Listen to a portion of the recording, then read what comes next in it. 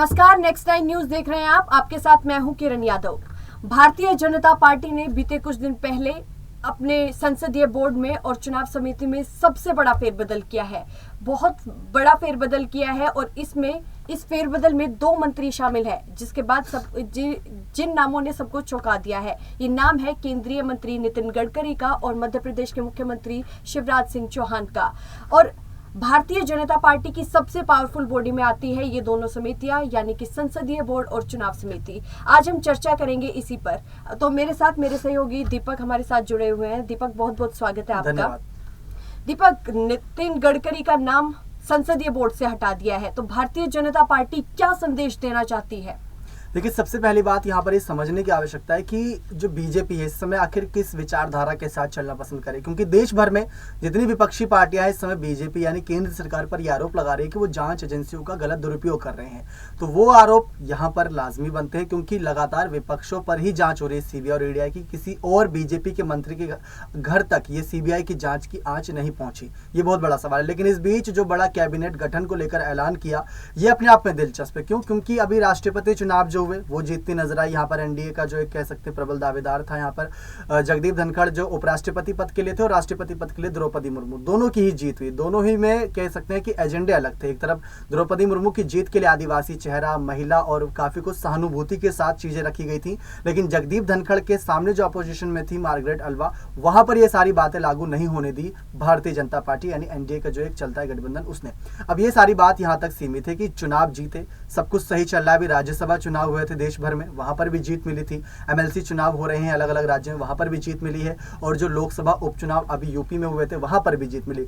सब कुछ सही चला। लेकिन गठन हुआ और नितिन गडकरी, जिनको बहुत ज्यादा इस समय सम्मान दिया जा रहा है आम नागरिकों के द्वारा, क्योंकि वो काम ही ऐसा कर रहे हैं, सम्मान के काबिल है। और इससे पहले मुख्तार अब्बास नकवी को लेकर जो चर्चाएं थी वो अपने आप में बहुत ज्यादा पेचीदा थी, क्योंकि राज्यसभा पर जिस पद पर थे वहां से उन्होंने इस्तीफा दिया था। 7 जुलाई की तारीख वो थी। तो वहां से इस्तीफा देने के बाद लगातार यही सवाल उठे कि बीजेपी अपने जो सीनियर मंत्री हैं, जो हमेशा ही प्रधानमंत्री नरेंद्र मोदी की अगुवाई के लिए हमेशा खड़े रहते हैं, उनके लिए क्या सोच रही है? जी, मेरा अगला सवाल आपसे ये कि देखिए, नितिन गडकरी वो मंत्री है जिन्होंने ठीक है बहुत सारा काम किया है, अच्छे सड़क बनवाए, अच्छे रोड बनवाए। लेकिन नितिन गडकरी बीते हम कुछ दिन पहले की बात करें, उनकी तरफ से बहुत सारे ऐसे बयान दिए गए हैं जो कहीं ना कहीं भारतीय जनता पार्टी के जो बड़े नेता हैं उनको कहीं ना कहीं चुभे हैं। तो क्या उनके बयानों की वजह से तो ये सारा फैसला नहीं लिया गया है? तो क्या कारण है? देखिए, अगर बयानबाजी की ही बात है तो बयानबाजी स्मृति ईरानी ने भी अभी करी थी सोनिया गांधी के खिलाफ। और इससे पहले बता दें आप सभी को कि जब नुपुर शर्मा का मामला सामने आया था, नुपुर शर्मा को सीधा निष्कासित कर दिया था पार्टी से। तो स्मृति ईरानी को निष्कासित नहीं करा, सवाल वहां पर बना क्योंकि उनके खिलाफ बड़े आरोप लगे। और रही बात नितिन गडकरी की, पार्टी के साथ ही नजर आए हैं। बड़े आरोप, बड़े बयान कभी ना कभी भूले भटके कोई ना कोई दे ही देता है। अब पार्टी है, साथ देना बनता है। एक बार नहीं दिया ना, वो बहुत बार उनकी तरफ से दिया गया है, एक बार थोड़े ना दिया गया है। लेकिन नाराजगी की वजह भी आप समझने की कोशिश करिए कि केंद्र सरकार अगर है, केंद्र सरकार में उनको भी कुछ उम्मीदें हैं कि उनका भी पद बढ़ता जाएगा, ना कि घटता जाएगा।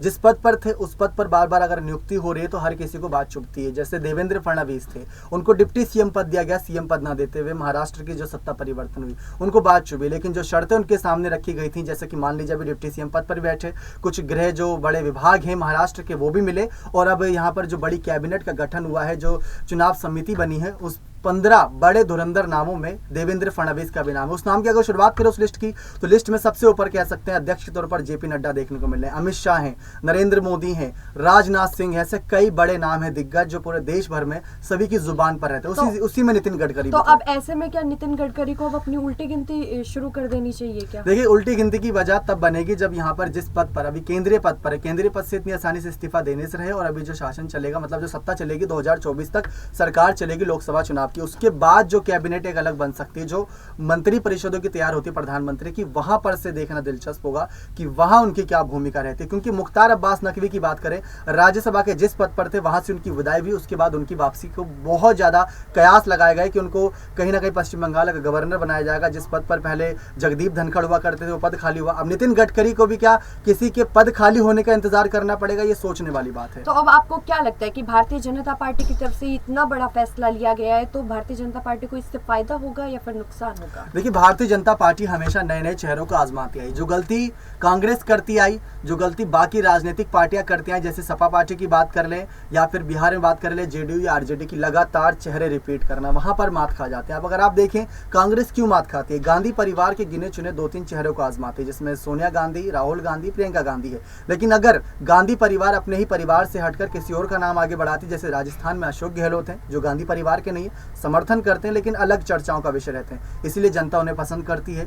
यहाँ पर कई और नाम ऐसे हैं जो कि गांधी परिवार से हटकर हैं, जैसे सचिन पायलट भी हो गए, उनके भी नाम की भी चर्चा रहती है। तो यही वजह है कि अगर चेहरे रिपीट करते रहोगे, जनता को काम पसंद भी आ सकता है, नहीं भी पसंद आ सकता है, वो जनता के ऊपर निर्भर है। लेकिन बीजेपी ये बोलने का मौका किसी को देना ही नहीं चाहती। देखिए, इस समिति में एक भी मुख्यमंत्री को शामिल नहीं किया गया है, और एक मुख्यमंत्री ही ऐसा होता है जो पूरे राज्य की बागडोर संभाल के रखता है, तो किसी भी मुख्यमंत्री को क्यों नहीं शामिल किया? देखिए, सबसे बड़ी बात, जब एक मुख्यमंत्री बनता, अगर आप देखें बीजेपी में कुछ समय में बगावती खेमा जो रहा है बाकी पार्टियों का, जैसे कांग्रेस का हो गया, सपा का हो गया, या इस समय शिवसेना की अगर बागी विधायकों की बात कर लें, जो भी उनकी पार्टी में शामिल हुए हैं, उन सभी को बड़ा पद दिया गया। बिहार में भी आप सभी को याद है कि नीतीश कुमार को सीएम बना रखा था, बीजेपी उनके साथ गठबंधन में थी, कम विधायक होने के बावजूद भी यहाँ पर सत्ता दे देते हैं मुख्यमंत्री। तो मुख्यमंत्री भी किन हालातों में बनता है, ये गौर करने वाली बात है, और जिन हालातों के तहत बनता है, तो मुख्यमंत्री अपना राज्य संभाले ना। जब बात केंद्र सरकार की आ रही, केंद्र के बड़े गठन की आ रही, और यही सारे आगे जाके बड़े चेहरे बनते हैं जिनके नाम पर वोट मांगे जाते हैं, जिससे फडणवीस से लेकर अब यहाँ एक कह सकते हैं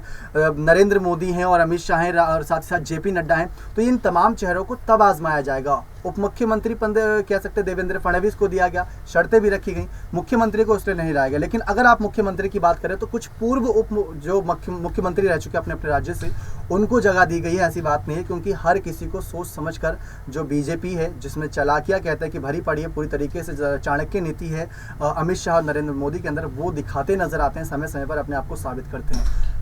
तो यही कारण है कि शिवराज सिंह चौहान को, क्योंकि शायद भारतीय जनता पार्टी किसी भी मुख्यमंत्री को अपनी समिति में, अपनी इन दोनों पावरफुल बॉडी में नहीं रखना चाहती, तो क्या यही कारण है कि शिवराज सिंह चौहान को इस समिति से बाहर कर दिया गया? देखिए, आने वाले चुनावों में जो बड़े बड़े चेहरे हैं, जैसे शिवराज सिंह चौहान की बात कर ले या नितिन गडकरी की बात कर ले, ऐसा नहीं है इनको भी अचानक से ही अकेले छोड़ देगी। बीजेपी ने जरूर कोई ना कोई राजनीतिक कहने की प्लानिंग कर रखी होगी। सबसे पहले आपके सामने कुछ आंकड़े रखते हैं। साल 2014 का जो चुनाव था, 282 सीटें बीजेपी को मिली थी, और जो पूरा गठबंधन था एनडीए का, वहां पर अच्छी खासी 300 से प्लस सीटें थी। लेकिन वही आंकड़ा 2019 में बढ़ चुका था, क्योंकि 282 से बढ़कर 303 पहुंच चुका था बीजेपी का।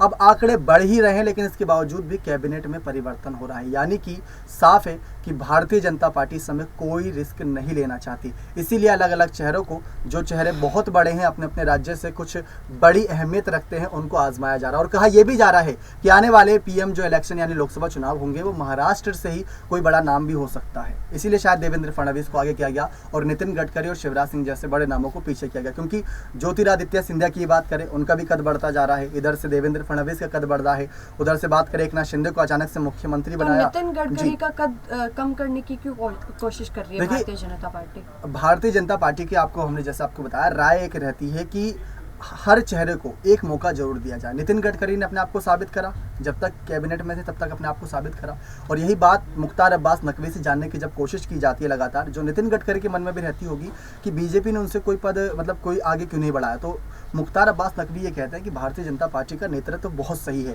वो कुछ भी करती है सोच समझ कर करती है, और हमारे लिए अगर कोई फैसला ले रही है तो हम उस पद पर अपना 110% देते हैं, ताकि हम पार्टी के लिए अच्छा करें। वही एक बात यहाँ नितिन गडकरी पर पड़ जाती है। दीपक, हमारे दर्शकों को बताइए, ये दोनों जो समितियां है, संसदीय बोर्ड है और चुनाव समिति है, ये क्यों जरूरी है, क्यों भारतीय जनता पार्टी के लिए सबसे पावरफुल बॉडी है? जी, सबसे पहले यहाँ पर कुछ जानकारी दे। जैसे बीजेपी केंद्रीय जो चुनाव समिति का पुनर्गठन किया गया, उसमें पूर्व मुख्यमंत्री बीएस येदियुरप्पा और सर्बानंद सोनोवाल और एक अनुसूचित जाति के नेता सत्यनारायण जटिया को संसदीय बोर्ड में जगह दी गई है। वहीं सुधा यादव को भी इसमें जगह दी गई है। जो कुछ बड़े नाम है, जिनकी उम्मीद नहीं थी, जिनका नाम चर्चाओं में नहीं था, उनको जगह दी गई है, और नितिन गडकरी और शिवराज जैसे नाम जिनको बाहर किया गया, उनकी भी उम्मीद नहीं थी। इसके बाद अगर आपको बता दें तो जो बड़े विभाग है, जैसे कि आपको बता दें बीजेपी पार्लियामेंट्री बोर्ड में पार्टी अध्यक्ष के अलावा प्रधानमंत्री नरेंद्र मोदी और अध्यक्ष रह चुके गृह मंत्री अमित शाह को जगह दी गई। तो जो चुनाव समिति होती है, ये आने वाले जो चुनाव होते हैं उन पर काफी कुछ विश्लेषक के तौर पर नजरें बनाई होती है कि किस राज्य से किसको आगे रखना है, किसको कितना छूट देनी है, किसको कितना कार्यकर्ता के तौर पर कार्य देना है, किसको कितना नेता के तौर पर कार्य देना है। बीजेपी ये सब तय करती है और जो कैबिनेट बनती है इन्हीं सब बैठकों के दौरान ये सब फैसले लिए जाते हैं। और जो चुनाव समितियां होती हैं, चुनाव समितियों से आप इसी बात से समझ रहे होंगे, जो चुनाव समितियां हैं, चुनाव होने वाले जो होते हैं उन पर नजर। अब जैसे आने वाले चुनावों की बात करें, राजस्थान, गुजरात, हिमाचल प्रदेश, ऐसे तमाम राज्य जिन पर अभी चुनाव को लेकर सरगर्मियां बढ़ी हुई हैं। इसी वजह से चुनाव का लेकर जो नया गठन किया गया, इसमें कुछ अलग समुदाय के मंत्री भी हैं और महाराष्ट्र के फडणवीस को भी जगह दी गई है। इसलिए अलग अलग राज्यों से इस बार यहाँ पर मिली जुली ये कैबिनेट तैयार की गई है। तो बहुत विस्तार से मेरे सहयोगी दीपक ने जानकारी दी कि इस जो सबसे पावरफुल भारतीय जनता पार्टी की ये कमेटी है, ये समिति है, इनमें किसी भी मुख्यमंत्री को जगह नहीं दी गई। 7 नए चेहरों को इस समिति में जगह दी गई है। संसदीय बोर्ड और चुनाव समिति से केंद्रीय मंत्री नितिन गडकरी को बाहर कर दिया गया है। और ऐसे में अब देखना ये होगा कि भारतीय जनता पार्टी का ये सारे फैसले लेने के बाद क्या इनको, भारतीय जनता पार्टी को इसका फायदा होगा या फिर नुकसान होगा, ये आने वाले दिनों में देखना दिलचस्प होगा। धन्यवाद दीपक चर्चा करने।